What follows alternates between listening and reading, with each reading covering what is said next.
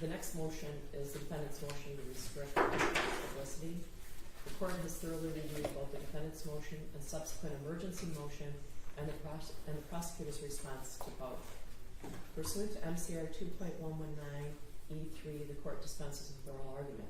Defendant's motion includes complaints about statements and alleged misstatements by the prosecution in press conferences and releases. Similarly, the prosecution alleges that defense counsel themselves have circulated information about this case. Many of the alleged offending statements and evidence were made in conjunction with and at a court proceeding and are therefore permissible. Any alleged violations of the Michigan rules of professional conduct are not within the jurisdiction of this court. Going forward, this court has an affirmative constitutional duty to protect the rights of the accused as well as the people. The prosecutor's brief cites Supreme Court authority for the proposition that trial publicity, even pervasive, adverse publicity, does not inevitably lead to an unfair trial, and that there is a range of curative devices available to this court to prevent publicity from infecting a jury. This matter and its various derivations have been kept in the press on a regular basis. Press conferences and internet posts by the prosecution have contributed to the attention given to this matter. However, post-charge, pre-arrest conduct by the defendants and statements by the defense attorneys have also contributed to the intense interest by the press.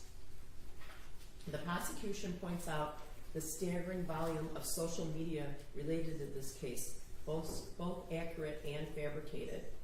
The prosecutor's pleadings express a duty to monitor the internet so as to correct perceived inaccuracies about this case.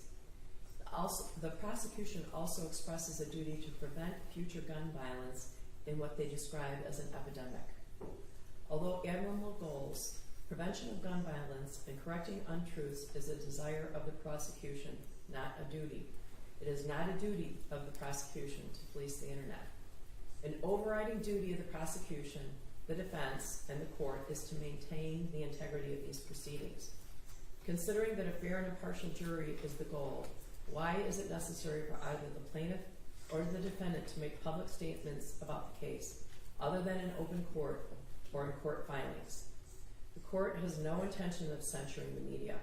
The prosecution has agreed with defendants that all parties in contact with the media and focus on resolving this case. To that end, the court grants defendants' motion to restrict pretrial publicity. Going forward, the defense is obviously able to confer with their clients, and the prosecution is permitted to confer with potential witnesses, the victim, and notify them about the progression of the case.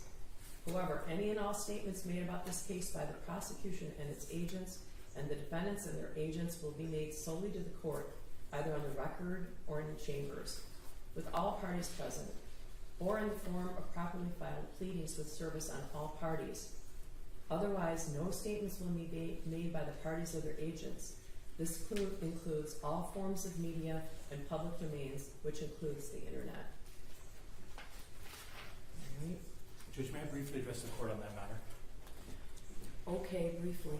Judge, there's a reason why I think that order doesn't serve the public interest. And I want to give the court one example, just one concrete example. Judge, in December, I was on vacation with my family, and someone posted on Facebook postings that, quote, exclusive, Ethan Crumbley has been deemed incompetent to stand trial for the murder of 4 students. I'm aware of that. That was in the prosecutor's brief.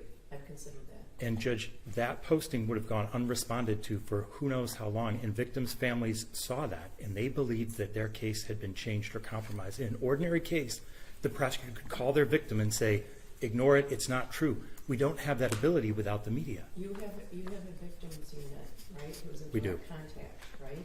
Yes. And that is the purpose of the victims crime unit in the prosecutor's office, right?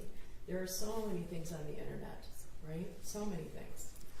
I can't allow that. I can't allow that because then what's going to happen is then I am going to change venue. If there's internet posts and things in the media, then the prosecutor is going to be with me driving to Lord knows where, Bell Creek, Judge, Vegas, you name it. Judge, I do understand that, but who other than the prosecution could have corrected that statement? It's not your job to correct the statement. It's your job to give the defense a fair trial, and that's my job too, and that's what we're gonna do. I understand, but the Yeah. public is misled, and we can't do a phone tree with 1,000 victims. And so we're having people who are now experiencing. So what we did in that case, I called one media outlet and said, that's 100% false. They published it and it ended the rumor. It actually got it taken down. And what I want to make sure is the clear is telling me the court's telling me I can't do that now. If I see a false posting, I can't say that's false. Correct, you cannot do that. If anyone would, I am sure that there's gonna be lots of disagreement with what I do today.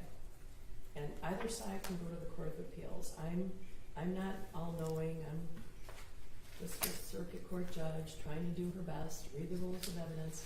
If anyone doesn't agree with what I do, I'm sure you can go to the Court of Appeals. I'm trying to do my best, but the overriding need here is to give a fair trial to both sides, and to frankly end the suffering and end some of the suffering. And the way to end some of the suffering on both sides is to try this case in the most expeditious way possible. So that's what I want to do. I understand, Your Honor. Thank you. I understand why you feel that way, but I understand, Your Honor. Thank you. All right.